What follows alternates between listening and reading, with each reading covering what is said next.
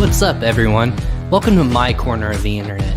I'm your host, Ryan Cramer, and this is Crossover Commerce, presented by PingPong Payments, the leading global payments provider helping sellers keep more of their hard-earned money.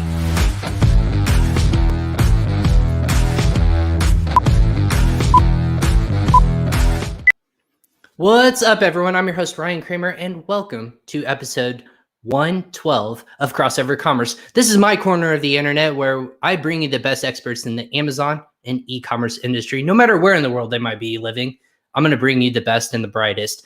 We're going to share their insights in the most important aspects of selling online here on this show. Definitely toilet seat thinking is the topic today. We're going to be talking about why you should see things from a customer's point of view. It's definitely catches your attention when you see toilet seat thinking. I, at first, when I was approached about this topic, didn't know what I was going to be getting into. I thought, about different things that could be dirty, or if I was just thinking while using the toilet, I'm not really sure. But it does catch your attention. So we're going to really dive into that today. And with our guest that is all the way on the other side of the pond, but all the way in the UK. But before we dive into Crossover Commerce, is always presented by PingPong Payments. PingPong transfers more than $150 million a day for e-commerce sellers just like you, helping 1 million customers worldwide now. They've processed over $90 billion. I say they, we have processed over $90 billion in cross-border payments to help e-commerce sellers save time and money. Why not sign up today? Go ahead and check out that link below in the show notes or in that comment section. If you're watching us live, again, you're watching us live, welcome on Facebook, LinkedIn, YouTube, Twitter, wherever you might be watching us, or if you're listening to us on Apple Podcasts, Google, Spotify, wherever you consume your podcast, that's where we're going to be. Really excited to be bringing on a new partner on our podcast. Just got announced here in June, casted here in Indianapolis. We're going to be utilizing them to really amplify and really amp up our podcasting game. So really excited to kind of give them a quick shout out as well. So stay tuned for more information on that.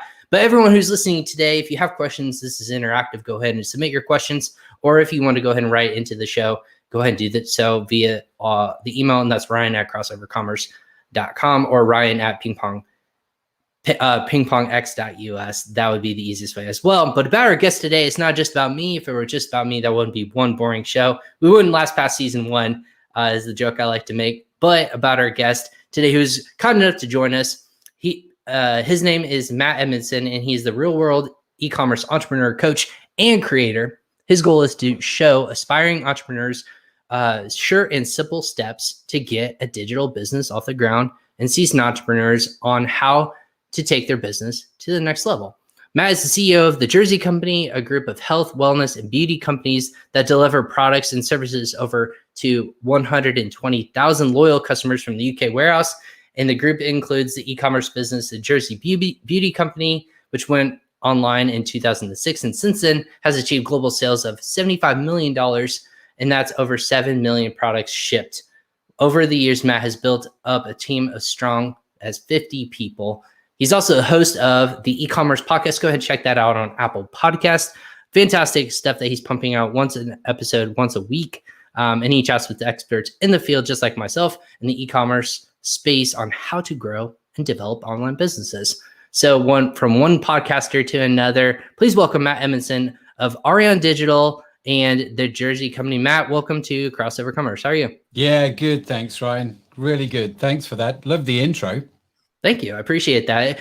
Like, as you could probably attest, podcasting, you have to stand out from the crowd somehow. And I like to thank my team. It's not just me. If it were me, then the show would not get past season one for sure. So it's always relying on a team. Yeah, I like that. That made me smile. That made me smile. And the reason it made me smile was when you mentioned we do the e-commerce podcast, which we do. When we did season one, it was literally me for the whole season. And at the end of that season, I said to the team, even I'm getting bored of my own voice, right? So exactly.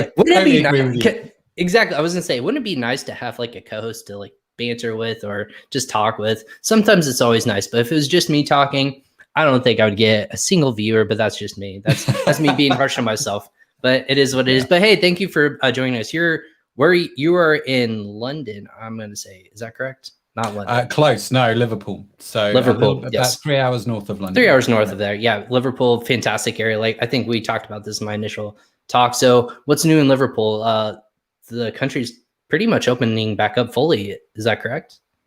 Yeah, well, slowly, yeah. I mean, the big debate is now whether we, I think it's the end of June is the next sort of big milestone for the UK where the lockdown is concerned. But yeah, we're slowly coming out of lockdown now. We can have people around our houses again, which is great. The summer has just arrived, it seems. And so, yeah, everyone seems to be a bit more hopeful, I would say, in the UK at the moment. It does feel that way. I would say a lot of people feel like it's an end of a chapter, beginning of a new one. And that's something about summertime when you can just emerge from your home after being cooped up for so long. You feel that way naturally in the winter, I would think. But when you're locked down for as long as probably you guys have been more than we have, it just feels more like a refreshing new beginning, if that makes sense. I'm not sure if that feels similar over there, but yeah, you have a lot going on because you've been selling online. You have the podcast. Maybe take me through that personal journey. How'd you get into e-commerce and digital marketing, getting into a podcast? What's that journey been like for you? Oh, it's been fantastic. I mean, I've loved every minute of it. I guess my career, is that the right phrase to start? Depends how far I go back, right? But I wrote my first website in about 1998. And I did that because a friend of mine came to me and said, listen, Matt, my church wants a website. Who do I go to? And I'm like, well, I know these guys over here, but it's going to cost thousands because this is back when websites were crazy because you had to write code, right? I mean, there wasn't Wix and Squarespace and all that sort of stuff back then. And so I said to him, I said, listen, there's some software you can get. It was called Dreamweaver, if you remember the Dreamweaver days. I do. And I said, if you buy Dreamweaver, then I'll figure out the software and I'll create the website for you. And so that was literally how it started. A friend of mine just said, listen, we need one. Can you create one? Or do you know who can help me? And I said, sure, I'll do it. I'll figure it out. And the greatest stories start that way. I promise. Yeah, exactly. Just a small opportunity put in front of you, and you kind of go, well, no, okay, well, let's have a go and see what happens, right? And so in 2002, so 3 or 4 years after that, I did my first ever e-commerce website.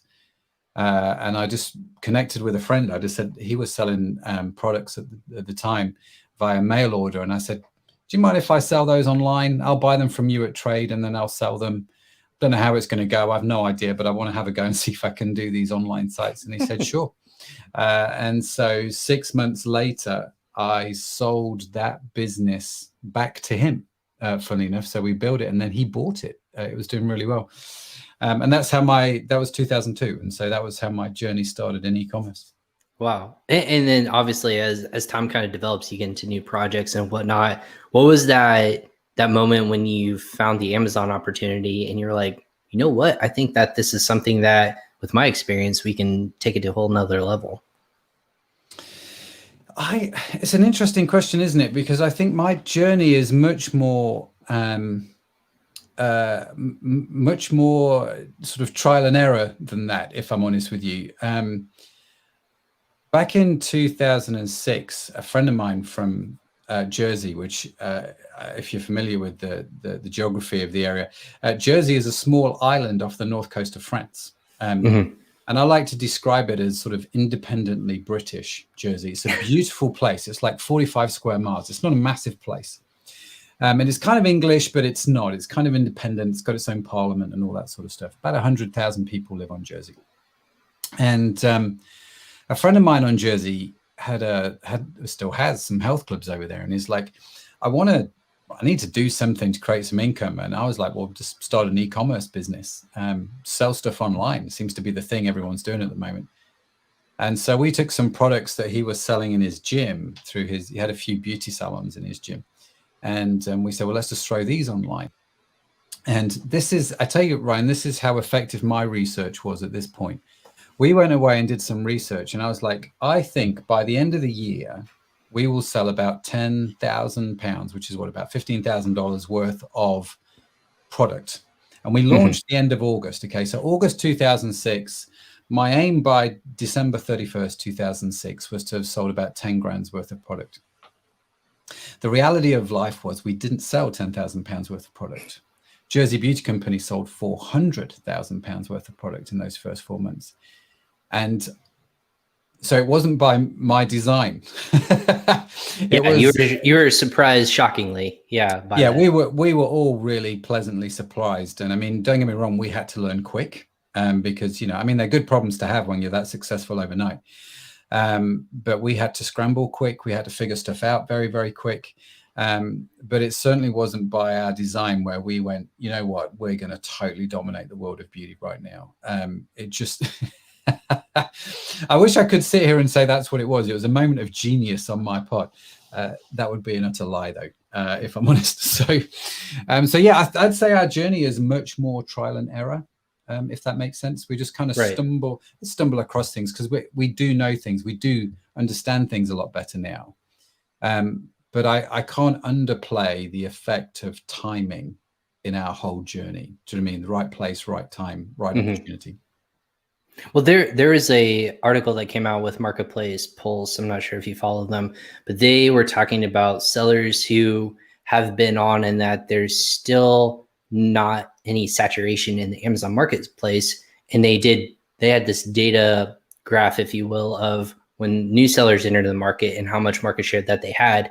And around 2014, 15 is when this like new era of sellers began, third-party sellers, FBA, in FBA warehousing, becoming brands. That's when it really started to take over. And those were new sellers were around 60%. But even over time, it's really been evened out in terms of growth potential, both new sellers and seasoned sellers. So I think that's fascinating that there is all this space available when companies like the Jersey company can come in and say, listen, we're still going to assert dominance in our space, but other people can play nicely as well. And we're still going to grow. And I think that there's not a lot of places in business that I think that can happen apart from that right now. Would you agree with that? Or do you have a different take on that? No, I'd say I'd certainly say that's my experience, you know, that certainly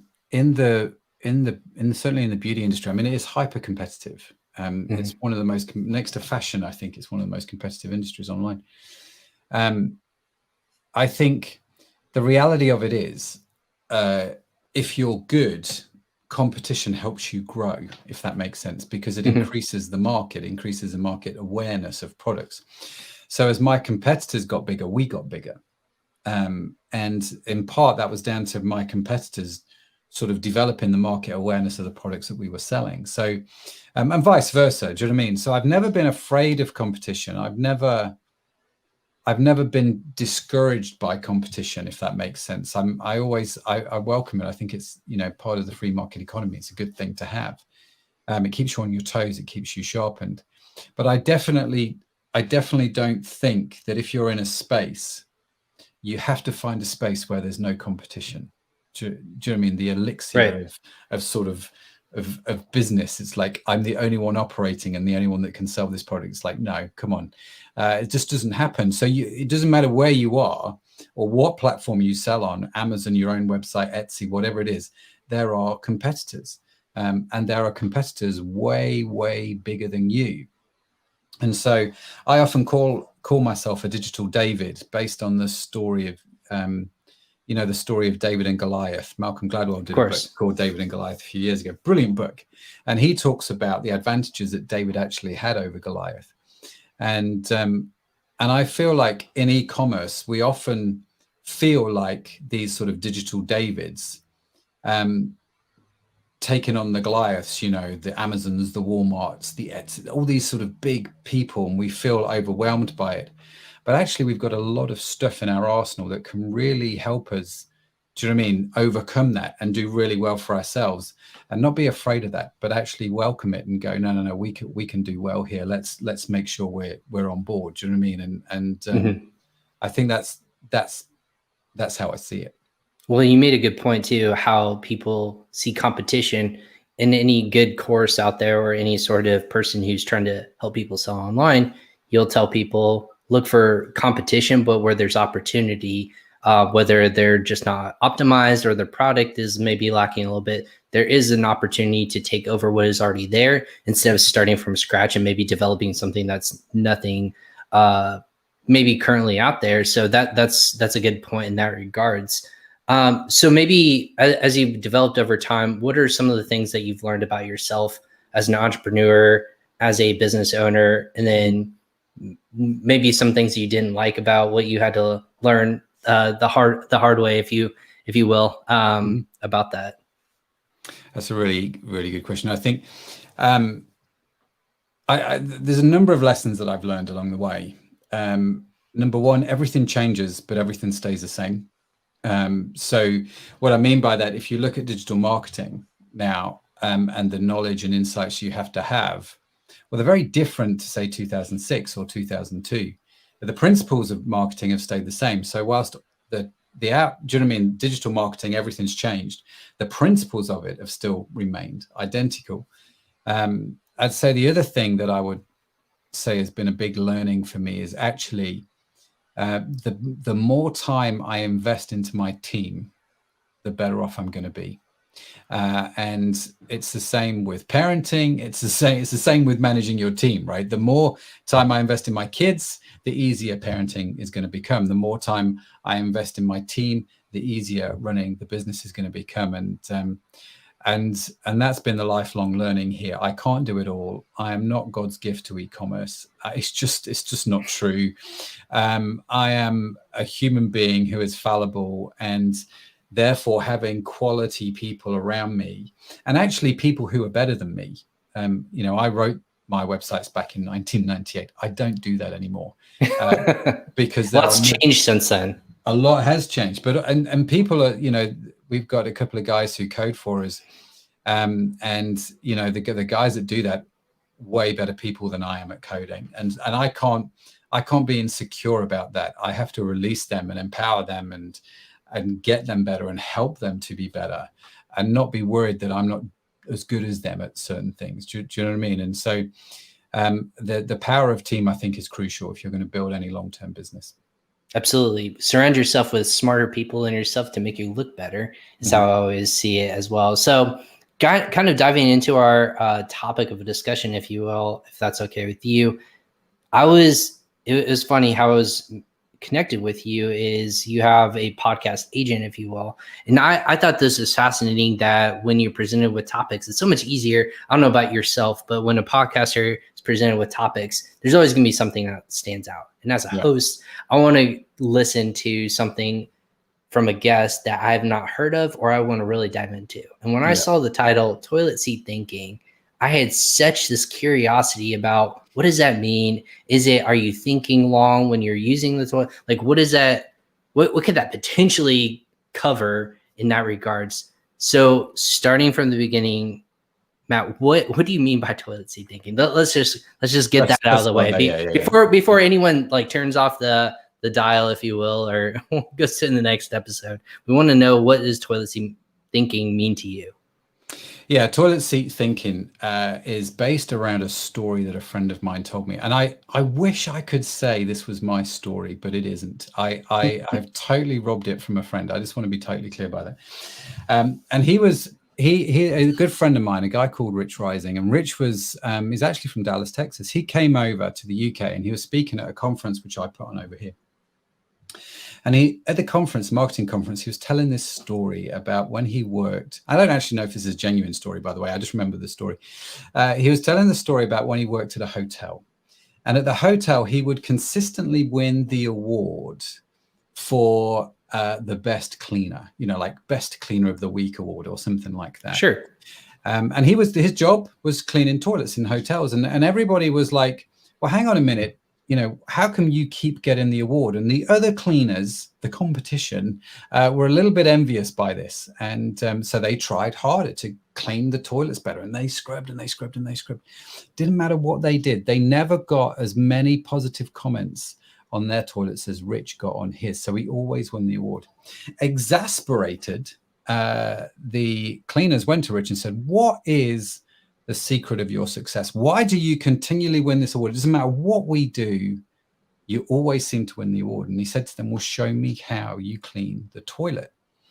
And so they go to a toilet and they show him what they do and how they scrub and clean. And Rich just watches them and he says, there's one big difference. And I'll tell you what it is. And they're like, what is that? He said, when you go in a toilet and clean it, you stand and you look at the toilet.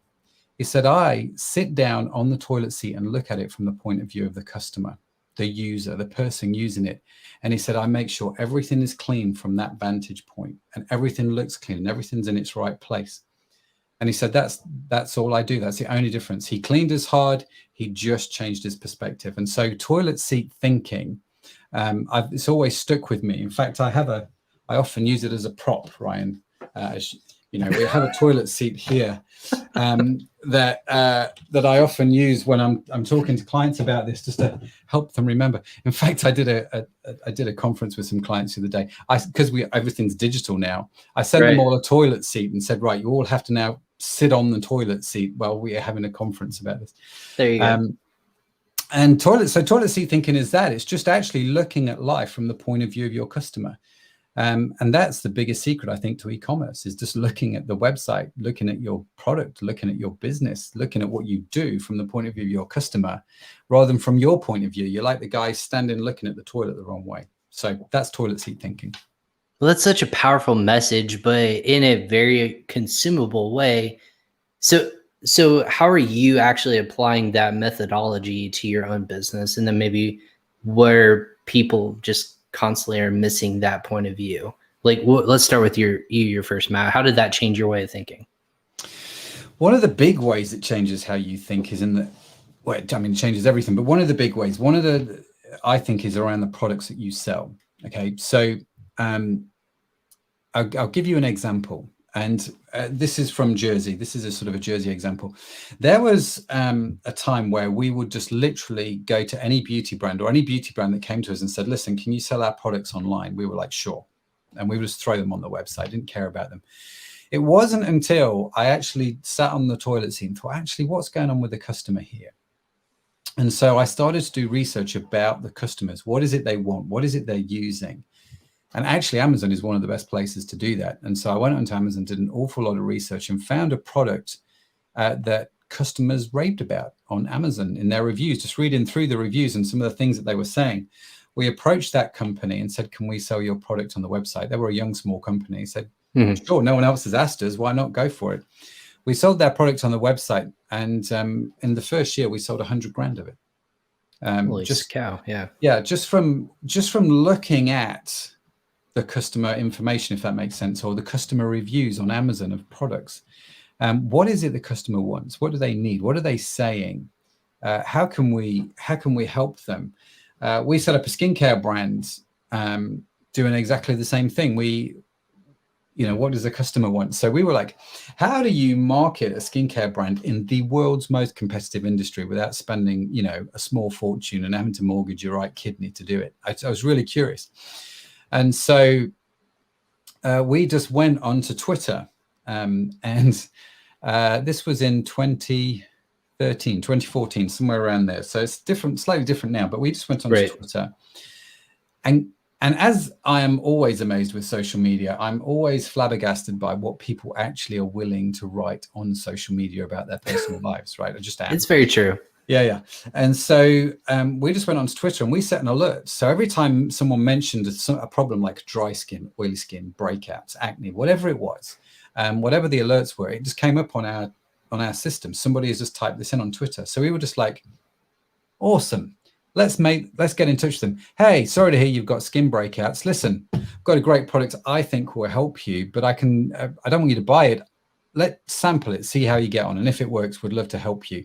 And you can get free samples just by clicking here and giving me your information. I'll send them out for, first class today sort of thing.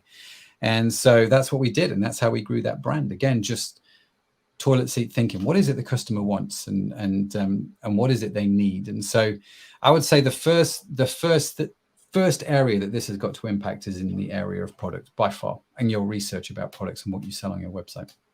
Absolutely. I use the same phrase, but I think like social listening in terms of going through and actually getting feedback from potential clients or even potential developing a new product. You need to actually know your customers first, what they struggle with. Is your product going to fix that? And then kind of move forward from there. So that's interesting. Does that strategy, would that hold up, do you think, now today more so than ever? Or is there a different approach that you would take even in that regards? Because you're reaching out to these people individually. Do you think that there's still trust online for people to do that? Or do you think that people are in a world now of more mistrust? Or like, how did you know that I had skincare problems or anything like that? Does that make sense?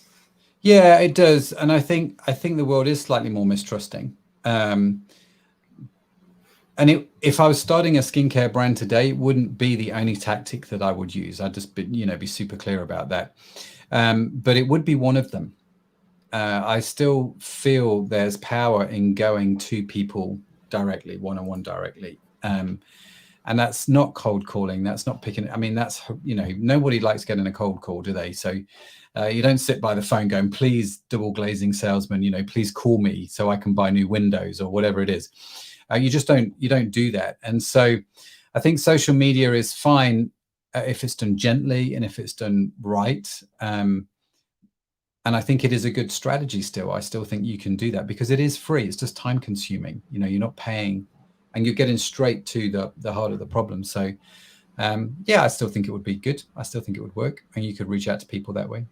So how are you and your team nowadays, like you mentioned earlier in the show, there's so much development in tech. There's so much development in helping tools that maybe help your job a little bit easier.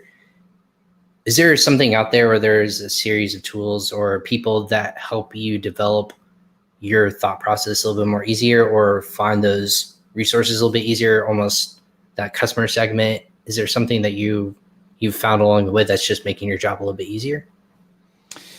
I mean, there's a yes and no, right? So again, everything's changed, but nothing's changed is a common principle. So if you take something like product research, and finding products like the serum that we started selling and made 100 grand out of, let's take something like that, for example. That's on Amazon. So I could just trawl Amazon. And if you know some basic hacks, like how to find the best sellers in a category, which is, let's just face it, it's not rocket pretty science, easy. is it? Exactly. If you can't do that, you probably shouldn't be in e-commerce. But but it's that kind of, I can go and find those products and I can look down that list and go, would that work for us? Let's look at the reviews. What do customers say about this? Is this consistently in the bestseller list, or is this just like a one-off flash in the pan thing? And you can do that manually, but there are tools out there that you can use that would help you do that automatically. Tools like Jungle Scout and there's what's his name? He was on this show and it's just totally missed. I've just totally forgotten it. He was in season 5. John Tilley was on the show. If you search, Zonguru, that's it. Well done. And so you've got Zonguru as well, which is a brilliant piece of software, and it helps you figure out what's selling well and what's ranking well on Amazon automatically. So everything's changed, but nothing's changed. So the principle of just doing that research is still the same. But yes, there are tools that you could use now, like Zonguru, and you should definitely check it out, that would help you do that, irrespective of whether you're selling on Amazon or not. I think personally, every product you're selling on your website, you should be tracking on Amazon anyway. Great. Tracking the sales of it, tracking, the data of it, tracking the description, tracking the reviews, what images have come on, what changed, where's it appeared in the ranking, tracking all that information. Because Amazon is, on one hand, it's a Goliath and it's a pain in the backside because you feel like it's taking half your customers. But on the other hand, it is a treasure trove of data and information which you would never otherwise find out. And so I would be using tools like Zonguru to track products, yes. Well, shout out to John Tilley. He's been a friend of the show as well. So we'll have to make sure that he knows we spoke about him. But what about going back to more about the customer segment? What's your perception of a customer in 2021? Have they become smarter, or have customers just found different ways to either complain about products or just get smarter about how they consume products? Or is there a customer mentality that's changed over time since you've been selling online? That's a great question. And again,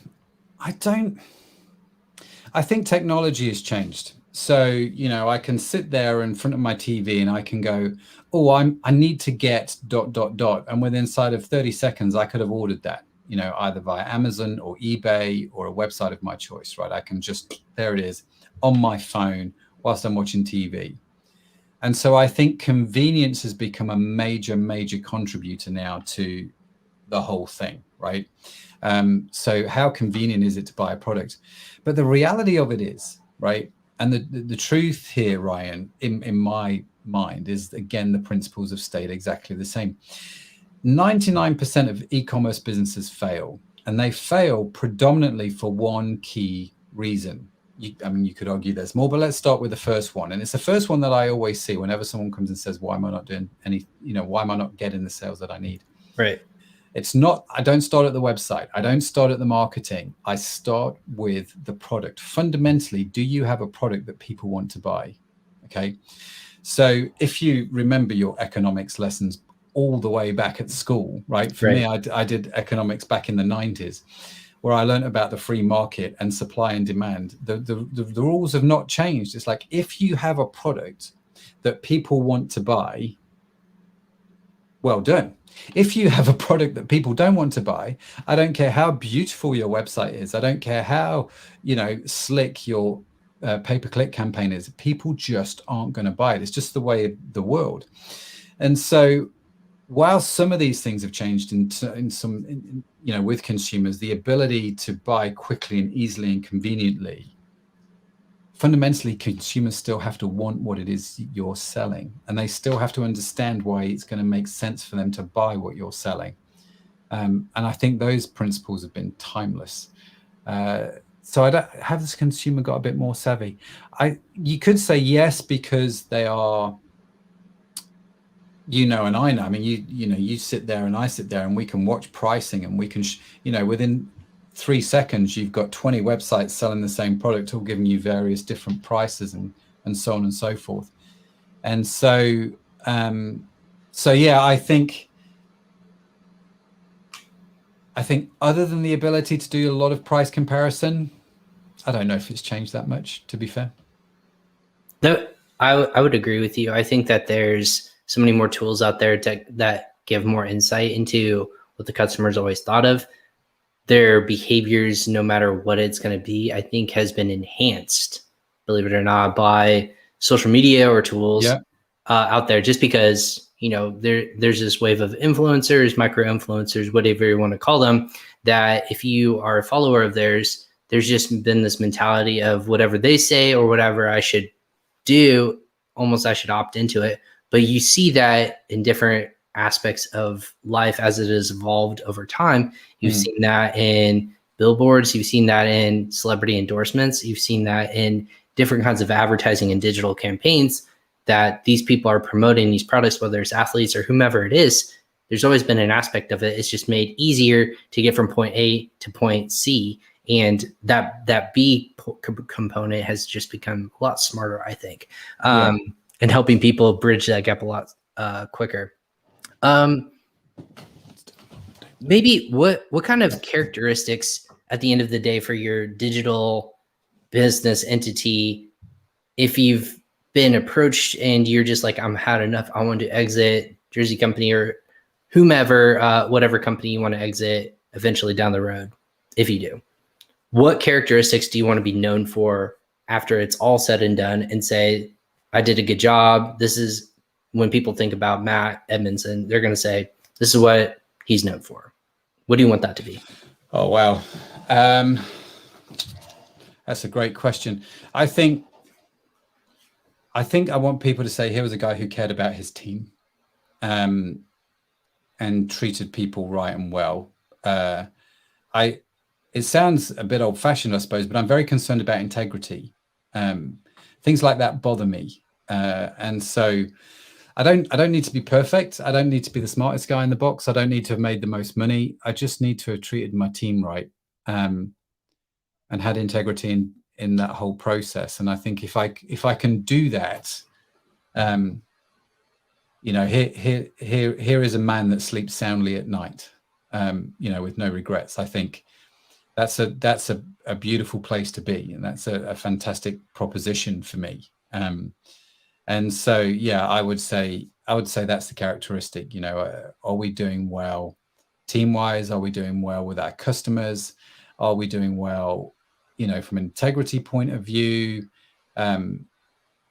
Do we feel like we can sleep well at night? It's funny, Jen, who's one of the owners in Jersey, she's one of the business partners. Jenny, she's lovely lady, and she just says to me, at the end of the day, I just need to be able to sleep soundly. If I can do that, then life is good. And I think there's a lot of wisdom in that. Absolutely. Do you think there's anyone out there, or you don't have to name us specifically, there's been a lot of people in this space that I think really actually hurt the industry in general. Is there somebody or a group or anything like that out there that you really just like, it disgusts you, or it just makes you like, puts a bad taste in your mouth that says, why are they doing it this way? Like, what's their tactic? Or they're really hurting just the third party space or online entrepreneur space in general? I think, if I'm honest with you, Ryan, it's easy to be judgmental, isn't it? And it's easy to look at somebody and go, I think this is awful. And that's how I think entrepreneurs are born. They look at something and go, this is wrong. I can do this better. And so, or I can do this right, or I can do this differently. And for me, one of the hardest things that we've had is working in an industry, the beauty industry, which I think is morally bankrupt, if I'm honest with you. And I'm not trying to get on my high horse here. I do think it's changed a little bit. And I have 2 sons and 1 daughter, 3 beautiful kids. My eldest is 19 and my daughter is 14. And my other son is 17, right? Yeah, we've not killed them, or they've not killed me. Either way, we've done all right. I was gonna say they're old enough that they know what they're adults technically, or some of them are, I should say. So I would look out. I have a 6-year-old who likes to talk like he's 18, so I can only imagine when they get to that age what they're talking like. Yeah. This is very, very funny. But my kids are amazing. Kids are awesome. But here's the thing. When you're working in the beauty industry, certainly with my kids and my wife, I became hyper aware of what the industry was doing to try and promote itself. And, all the Photoshop images, all the stuff which says basically you're not good enough as a human being without my product. I found it really, really tricky. I remember we took over a beauty business here in the UK, and it had 4 or 5 treatment rooms in the business, I think. And one of the first things that we did was there was a guy there doing Botox. I think he was a dentist or a doctor. I don't know. There's a doctor guy doing Botox in the business that I bought. The first thing I did was I said to him, I'm sorry, you're no longer working here. Not necessarily because I have an issue with Botox, although if you ask me deeply, I probably do.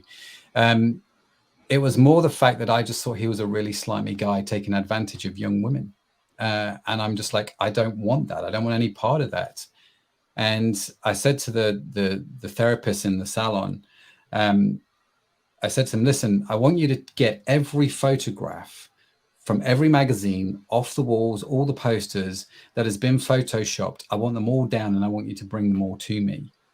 And we took everything down, and we went and bought a book from Time magazine. I think it was National Geographic, actually. They put together this book, and they were portraits of people from all over the world, unedited, portraits. It was a beautiful book.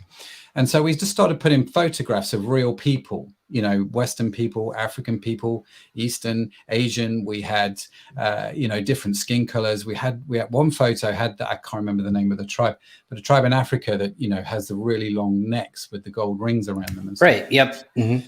And we had all these we took everything else down, and we put just real photos of real people up. And you know what? The feedback from the customers was unbelievable, because they were like, just something feels really nice about this salon now. It just feels less oppressive. And they couldn't say what it was. All we'd done was taken down all this imagery, which basically was unreal imagery and made you feel like you weren't good enough as a human being. So, sorry, that's my soapbox. I'll get off it now. Well, I think that's something very fascinating, because as entrepreneurs, you eventually get into either the politics or the perception of what the industry stands for. And I never thought about this from the beauty side of things. When you get into that category, no matter what you're marketing or even just getting as granular as your listings or your photography that you're going to be using, it's all going to have a perception of your brand. And a quote from a friend of the show, Emma Smear from Marketing by Emma, she's a fantastic copywriter. And she says, no matter how you, and this goes to your point of the images on the wall, no matter if you're saying it or not, you're always representing a brand, whether that be words or images, or if you don't say it. So the imagery that you changed out provided more of a real authentic feel. That was a reflection upon you as a brand owner, and what you wanted to stand for. And that says volumes. It doesn't have to be just, we don't take fake people, or we don't sell to fake people, or we don't represent fake people. You wanted to represent that in a different way. So I think that's super fascinating. Is that something that you're trying to portray to in your online sales as well, or the products that you are creating to speak to those kind of people? Because there are people who actually like that kind of stuff. They want to feel almost not like themselves, if that makes sense. Yeah, I do. And I mean, in some respects, I could sit here and say to you, we've lost out on millions of pounds worth of sales because of products we've refused to sell. And you know what, I'm okay with that. It's that whole can I sleep at night thing. It became, you know, with my sons and with my daughter, I didn't want them to grow up in a world whereby they would look at, on average, whatever it is, 2,000-3,000 images a day, most of which told them that they weren't good enough. And, you know, when you got down to it, you had to have a certain amount of muscles if you were a lad, or if you were a girl, you had to have a certain waist size or a certain chest size, or, do you know what I mean? Dress a certain way, be a certain way, have a certain brand and all that sort of thing. And marketers spend a lot of money to tell you that you are incomplete without a certain product or brand. And the beauty industry is better at it than most. Hence the reason it's such a big industry. So yeah, we could have gained more sales, but I think we would have lost part of our soul and our authenticity by doing that. And I like working with brands that are true to their calling, for want of a better expression, that are true to themselves. I don't necessarily have to agree, and this is an interesting thing, because when we do coaching, I don't have to agree with their stance. So, for example, I wouldn't say that I'm a vegan. It's not that I'm pro-vegan or anti-vegan in any kind of way. I just happen to like a chicken sandwich. It's just the way it is, right?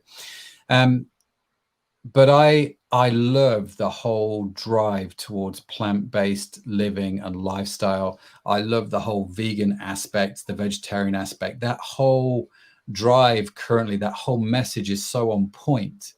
I don't feel like I need to be 100% plant-based to get behind that message and to help businesses in that space. Right. I just have to feel like I can support it and shout about it and go, you guys are great. Come on. How can I support you?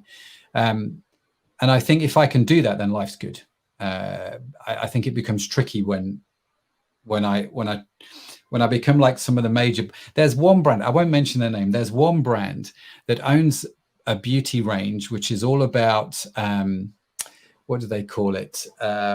Authentic beauty, authentically yours, something, you know, it's their whole campaign. I'll mention that if I mention the brand, you'd know who it was, but they show right. It sounds familiar, and it's triggering some stuff in my head. They show you photographs of ladies, all various different colors, all various different shapes, all various different sizes. And it's all like natural beauty is their thing. Do you know what I mean? We're pro natural beauty and so on and so forth.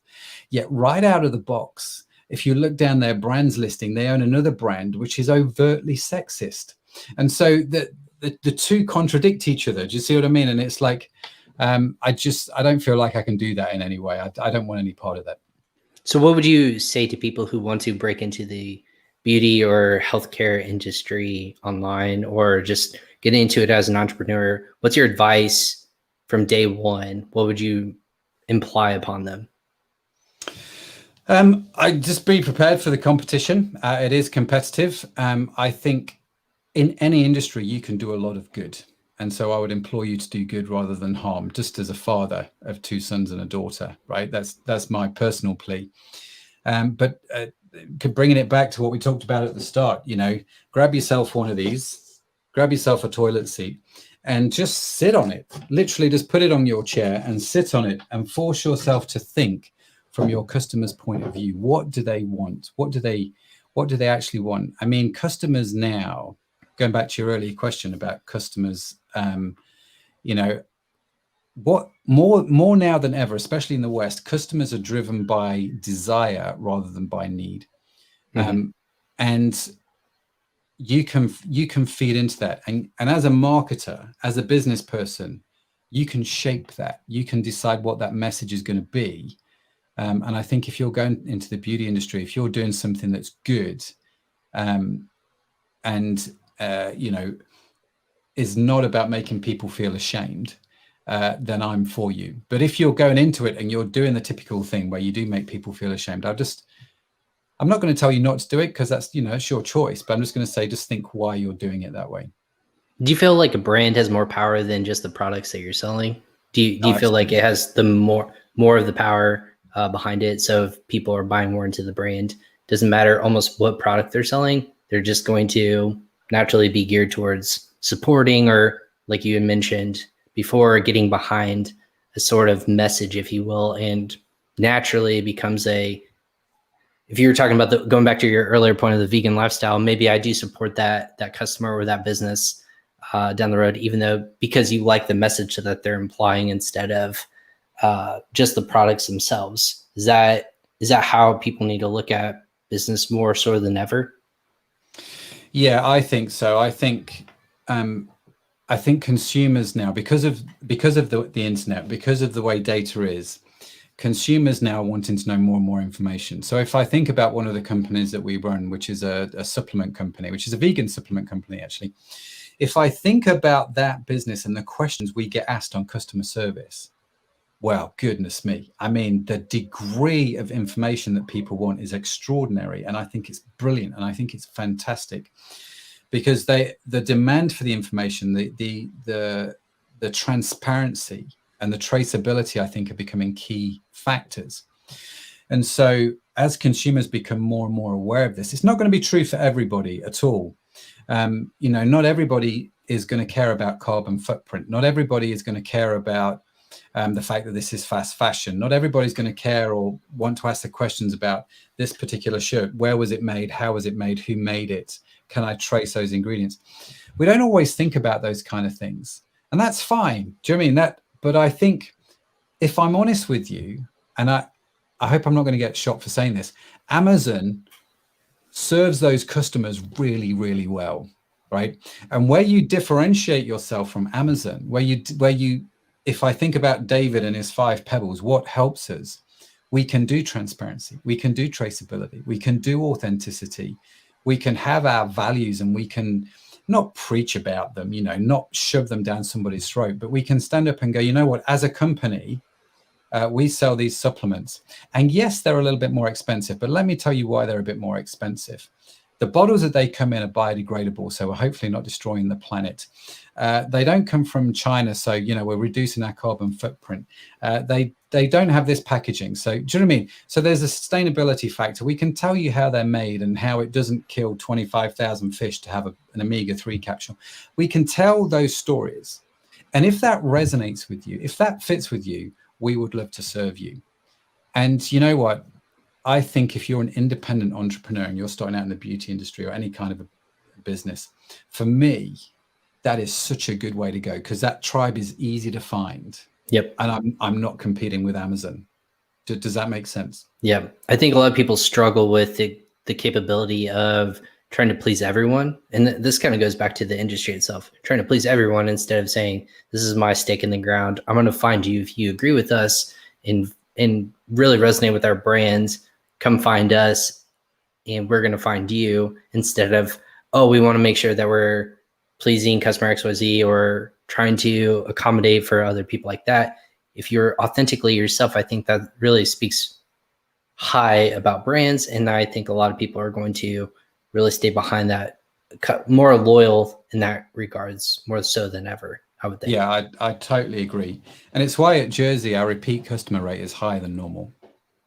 That's amazing. You win customers, and they're not just buying product. And that's a fundamental thing, right? And this is, you know, where I think online you can do really well, is if you grasp the idea that consumers aren't just buying the product. They're buying the story in that product, the story behind it. They want to not only have the product, they want to feel good about having that product. And I think it's okay to have a mission statement which says we just want to change the world, or at least our little corner of it, to quit your little corner of the internet. I quite like that. But it's like, I want to change this corner of it. This bit where I'm operating in, I'm going to be a force for good. And I think people love that, and people resonate with that, and people connect with that. And that's the aspect of digital marketing. You can't bottle that. You can't sell that. I can't do a course on that. Do you know what I mean? I can't buy that from Facebook. That's just you as the owner authentically coming out and just going, I just want to change the world. Will you join me? Please, would you come along on this journey? And I think it's super inspiring. And people, if there's anything that people want right now, it's inspiration, especially after the year that we've just had, right? I want to be inspired. Please inspire me. And so, yeah, be an inspirational brand would be my top tip. Absolutely. There's a lot of things out there, or I think a lot of people want to cheer for something and they want to get behind something. It's however they're motivated. They want to look for something that's bright in the darkness that kind of blanketed the earth in the last 16 months. That being said, you have another kind of side business, if you want to say business, hustle, if you will. You got so much going on with Jersey and your other brands and whatnot, your other businesses, but you still make time to do a podcast. I'm curious to hear, for everyone out there who's also a podcaster or likes podcasts, why do it? Why? It's a great show. The e-commerce podcast is very straightforward. What was the motivation behind starting that and continuing to week after week kind of hop in that chair and find people to talk to? Yeah. I think that's a really great question. And to be honest with you, the first podcast I ever did was a podcast for Jersey Beauty Company. And this is how I sort of stumbled into it, if you like. A friend of mine once told me I've got a great face for radio. So maybe that's why we went into podcast. Hey, someone said that to me too. Yeah. Bless them. Bless them. And so we started the Jersey podcast, and that was basically me and a young lady called Rach and a young lady called Jan, two very beautiful people, love the bones off them. And we just decided to put 3 microphones in front of ourselves and just start chatting. And it turned out to be hysterical. And I fell in love with it as a medium, because I think podcasting is actually really straightforward to do. And so if I fast forward a few years, and we're thinking about e-commerce and the coaching and the agency, and it's like, how could we become, a more well-known brand? How could we establish ourselves a little bit more? You go through all the things. Do we build our Instagram account? Do we build a blog? Do we do this? Do we do that? Blah, blah, blah. I'm like, no, we're going to do a podcast because I like podcasting. And honestly, that was the only reason we started. I wish I could tell you again, it was just, more thought through than that. It wasn't. I'm like, let's just do a podcast, see how that goes. And so that's what we did. And we did season 1. And like I said, it was mainly me, and I'd had enough of my own voice by that point. And so we started getting guests on the show. And then I realized, actually, as I'm sure you have, Ryan, that podcasting is an unbelievable way to build a network of amazing people.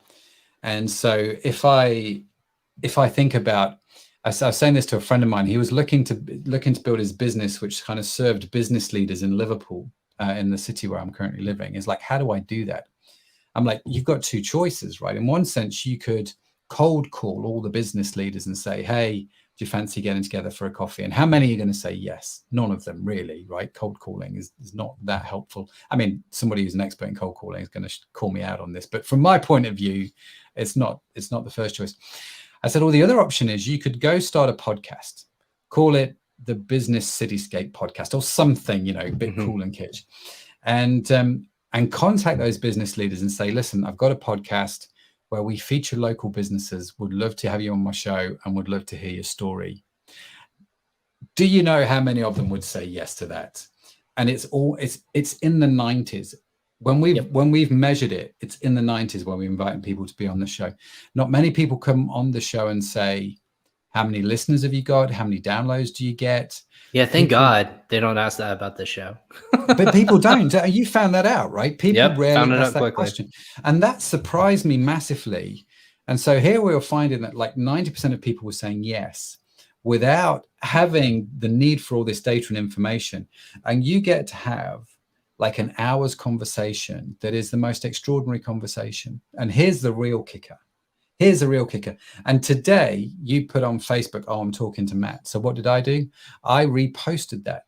So I've told all my tribe about your show because I'm on it, right? So not only are you connecting with these business leaders in Liverpool and having the most, you know, dynamic time where they're sharing their story and they're grateful to you for talking to you, so much so they're going to share you out to their own tribe and connections, right? Let me tell you which one's most successful. And I think there's something about podcasting, which is the most underrated sales tool I've ever come across. It's an amazing, amazing privilege to do it. Yeah. And that's the thing about partnerships in this, and how this position in this show kind of became what it is today, and how the consistency is. I didn't think that there was a voice to be heard, but there's a lot of messages out there that say, listen, it just takes one point of view, and then kind of snowballs from there. And people are going to find you if they agree with it or they don't. They're going to find the messaging, and they're going to, like you said, bring in their audience. It's only going to get better from there. There's no right way to do it. There's no effective way to do it. It's just having a conversation with people who have high level thoughts about a specific topic, industry, or content. And it really can be consumed in various different capacities. Like you said, if you're watching this live, again, thank you so much for tuning in. And then also, if you're listening to this, they can just start and stop it whenever their life applies. This is not an intrusive way to marketing.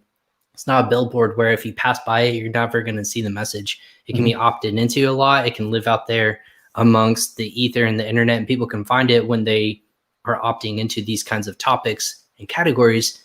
And I've had more people reach out to me that I've never thought would actually reach out to me individually, saying, listen, I just passively hear an episode or two or whatever that might be. I've done as many as 6 episodes in 1 week, and it's bananas and crazy. But if they catch one every so often, I think that's a win in my book. And if it's a valuable piece of content that they're going to apply to the business and it grows that effectively, I've done my job. And if it brings business to our company, I've also done my job. So either way it is, it's content that needs to be consumed in, or can be consumed in a very palatable way and not intrusive to anyone's life, I think. So that's very fascinating. So you've been doing it, how many episodes now? 66, 76? No, because we changed how we did the numbering. So I think we're on like episode 70 or something, but it's like we're on season 6. And tomorrow we're just going to do season 6, episode 6. And so it looks like episode 66, but there are technically more. Yeah, I'm being pedantic. That we've done a fair few now. We've done a fair few. Because I definitely don't do 6 a week. I don't know how you manage that. Those once and never again. That was a lot. Now I do like 2 to 3, and that feels more manageable. Absolutely. But season 6, hey, you're like friends. If you keep getting, brought back every year, you get more and more money as people simulcast you, right? That's how it works. Yeah, that's why I told my boss. I was like, once I hit episode 100, I get simulcasted, and then that's where the money's at, right? But it is what it is. But yeah, I think do you have any insight or tips for people if you think that they should? Because I hear all the time now, people are asking me for advice for podcasts, and I've only been doing this since September. You've been doing this a little bit longer, I would guess. Well, what's your advice to people, whether it's gear or just tips to start or to motivate yourself to do it? Do you have any advice for people starting out? Yeah, I can tell you the lessons that I've learned from podcasting. Number one, gear is helpful, but it doesn't mean you have to wait until you've got it. And this was one of the things that I did. I'm like, I just need this bit of equipment, and then I would start. Right, it became an excuse to avoid starting. The reality of it is, you could do a podcast off your mobile phone. You genuinely, the quality is good enough where that can record you. Even if you just get a tie mic, a lapel mic or whatever they call them for $20, and that, as long as the audio is good, that's the main thing. And over the years, we've invested in equipment, and so like you, we now live stream the recording of the podcast, and so we've thrown video into the mix. But you don't need to make it that complex at all. You can start off really simple. I think my belief is, whatever industry I am in, either me or somebody that represents my brand well needs to be doing either a podcast or a YouTube channel. Okay. And I think for me, they're fundamental requirements. You either podcast or YouTube, or you do both, right? And like for Jersey Beauty Company, I don't do the YouTube channel for obvious reasons, right? I hope they're clear. I am not a demographic. Not the face of Jersey Beauty Company. Got it. yeah. Just, it doesn't need to be me. But you know, I think if you're going to do something, you mentioned it earlier on, do something with somebody, you know, someone you can banter with, someone you can have a laugh with, because the most boring podcasts for me are the solo podcasts where someone is just telling you stuff. It's like being back at school. I'm not saying that it can't be done. I'm just saying I think that's the hardest podcast to do. The easiest podcast to do is where you get a guest on the show and your whole purpose is to ask them questions, and that's it. Do you know what I mean? But you don't have to prep anything other than the questions and doing a bit of research into the guest. So I like doing that. I like doing the live streams and the podcasts where I have a co-presenter. So if I'm not having guests, for example, and we're just talking about stuff, I like to do it where we've got a co-presenter, because I like humor, I like fun, I like banter. I like a little bit of sarcasm because, you know, I'm English and we do that kind of thing very well. And so for me, that becomes necessary. So you have to figure out, you know, what's going to resonate with my audience, what's going to keep them coming back, what's going to become interesting. Don't get overwhelmed by what you think is an incredible amount of content you have to create. That is only true if you're doing the solo podcast. I think if you're doing a chat show style podcast or an interview style podcast, you'll be surprised. I could have guests on every week talking about Facebook advertising, and every week would be interesting because every guest is going to bring something different. And I don't have to worry about that. That's a beauty. I just have to ask the questions. That's a beautiful thing. I mean, it's absolutely the easiest way to do it. You tell me if you're right. The same thing, right? You're right. I also think that I get a front row seat to some of the brightest minds in the space, and it allows me to broaden my thoughts around specific topics that I actually didn't think about before. And it's just almost like a master class right in front of me. I'm just asking the questions, almost like a one-on-one tutoring, or even, you know, I can chime in obviously in lots of different places. And that's the beauty about this, is my background is so diverse and unique. But when I want to learn about something, it's allowed me to tap into this Rolodex of people. I was like, hey, I really enjoyed your content. Would you mind being a guest on my podcast? And you mentioned 9 or 10 out of 10. They're always going to say yes, because they want to get their message out too. But I also want to learn more from those people. So it's that yearning to learn, and not to be like, I'm not going to be the next Joe Rogan by any means, I don't think, or some person who's making millions of dollars on just podcasting. But I think we do this because this is the easiest way for me to learn from people, but also to interact and to build a network of unique individuals who, there's so many ups and downs, and it's just nice to know that people have more insight and value to give. And now I'm the one telling people, you should come on, like you have so much to tell people, prop them up. When I was that person who was just being talked to, is like, oh no, I'm okay with that. But it is super nice to think that that people can kind of jump and support you, and they see the value of building content and just educating people, and not, like I said, be intrusive, but just having other people just have a natural conversation like coffee every single day. Or almost every day. It's super nice, I think. Yeah, it is. It is. It's a wonderful thing. It's a wonderful thing. And I would say to you, like I say, every industry, I don't care what you do, what your e-commerce website is, you need to be doing a podcast or a YouTube channel, and you need to find a way that makes it interesting, but in a way that is manageable and easy for you to do. And I don't know if you found the same thing, Ryan, with your podcast. With mine, for the first 2 seasons, we had to go and get guests. We had to research who we wanted to come on our show. From season 3 onwards, I've never had to go and get a guest. Everyone's like, can I come on your show? And we get to cherry pick in some respects who the good guests are going to be. And I think once you've got past that, you know, the numbers, I think, scare people. It's like, I've only got 10 people subscribed. Brilliant. Right? Because 10 That's people, a good audience, become 100. Yeah, it's a good audience. The 10 people become 100. once you've got 100 people in your audience, you need to open a bottle of champagne. You need to dance a jig, because that's it.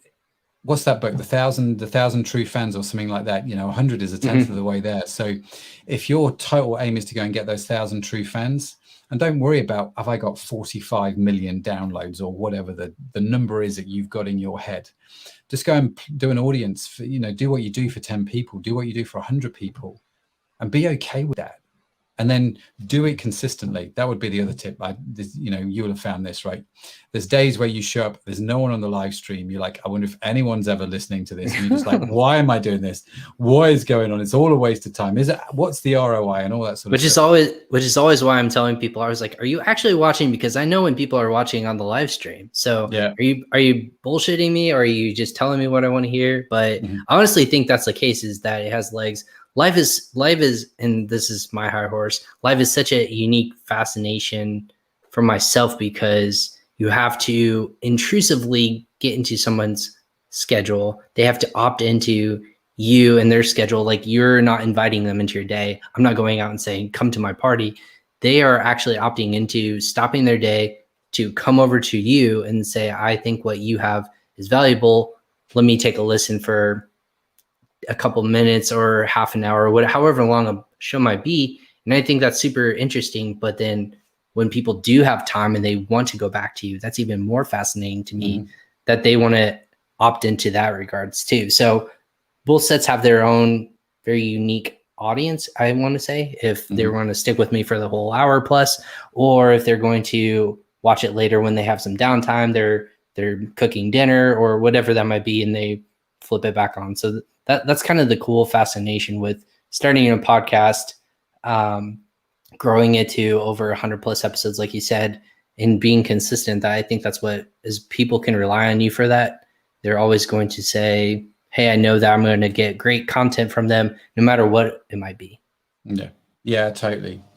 And the other cool thing about it, of course, is you can take the podcast, you can get it transcribed, you can take the transcription, which is not a lot of money to get done these days. We use Otter. It's pretty good. It's pretty reliable. You've got to do a bit of editing. But then you've got 3 or 4 blog posts that you can then put on your website. You've got at least 20 social media posts in that. Do you know what I mean? So from one podcast or one YouTube video, we can create multiple pieces of content, which makes your whole content production much, much more valuable, let me tell you, and much easier as well, right? So absolutely. I'm a big fan of it. A huge fan. And then what I mentioned earlier in this episode, I'm going to give them a shout out once again. We actually are we're partnering with another company called Casted here in Indianapolis, and it's a B2B podcasting company. So it allows us to build out landing pages, transcriptions, social posts, all based upon the audio content. So you can highlight it, pop it into a Facebook or a LinkedIn post. Super fascinating. They're doing podcast hosting for likes of Salesforce, PayPal. They're really fantastic people over there. So we're excited to start hosting with them, but also utilizing their tools to build up blogs, audio snippets, things like that. So around the world, I'm their biggest fan, and we're just getting started with that. So like you said, it's all about social sharing, bite-sized information. I get it. People don't have time to always listen to the entire hour plus, but what we have to say matters, and getting those little nuggets in a little consumable bite, people are always going to see value in that and kind of take away. So it builds your audience that way too. So but that being said, hey, Matt, thank you so much for where, just this episode in general about Toilet Seat Thing. We talked about podcasting. We talked about just building a brand in general. If people want to reach out to you, or if they're just want to ask about other questions, what's the best way to do that?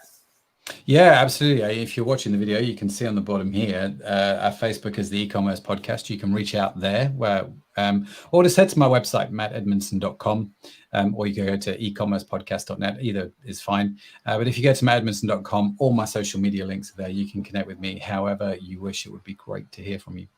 Great Instagram following. You got a great page on Facebook. So yeah, go ahead and check them out. Matt Edmundson, the eCommerce Podcast, if you will, on Facebook. And once a week, is it a specific day every week that you're coming out with episodes? Yeah, we every Thursday we do a new episode. So we live stream the recording on Thursdays, and then so you can watch it a week early because the audio podcast comes out a week after that. Gotcha. So yeah, however you want to consume it. Easy enough. You're preaching to the choir. So I appreciate your time today. As always, friend of the show now that you've been on my podcast. Always welcome back to whenever you have other topics you want to cover. Besides toilets, that's always nice. But I swear to God, Matt, if I see a toilet seat show up on my front porch, I'm gonna know who it's from. So it is what it is. But hey, thanks so much for hopping on all the way from Liverpool, England, Matt Edmundson of the eCommerce podcast. Thank you so much for hopping on today. No, it's been an absolute privilege and a treat. Thank you so much, Ryan. Really enjoyed it. Thank you. Thanks. We'll catch you next time. And again, everyone, thank you so much for watching on Facebook, LinkedIn, YouTube, or Twitter, but also listening on Amazon Music, Apple Podcasts, Google Podcasts, again, wherever you consume any sort of podcast or listen to us. Make sure you rate us, the Crossover Commerce Podcast with Ryan Cramer. That's me. I'm the host. We've done over 112 of these live episodes, but then you can catch them on audio format, just like Matt said. Go ahead and check those out on those platforms as well. Super excited to bring new and updating technologies to help enhance the podcasting experience, so help people can take away the highlights of these nuggets that we're talking about with people consistently every week, 2 to 5 times per week that I'm bringing on guests as a show. Stay tuned. Actually, this week we're going to be going live again on Thursday, I want to say, with episode 113, talking with Leslie Hansel of Red Ribbon Consulting. We're going to be talking about the challenges working with Amazon on the enforcement side. Leslie is fantastic. So if you get your listing suspended, who are you going to talk to? How are you going to get your things up and running, ASINs kicked off for one reason or another? We're going to be diving into that as well. Leslie and her team are doing fantastic work over there. So stay tuned for that later this week. But go ahead and subscribe to us on social media, YouTube, Facebook, and Instagram to be notified when other episodes go live. I'm Ryan Cramer. This is Crossover Commerce. Thanks again for joining on episode 112, Toilet Seat Thinking, and why you should think the way things through that your customers are from their perspective. Take care, everyone.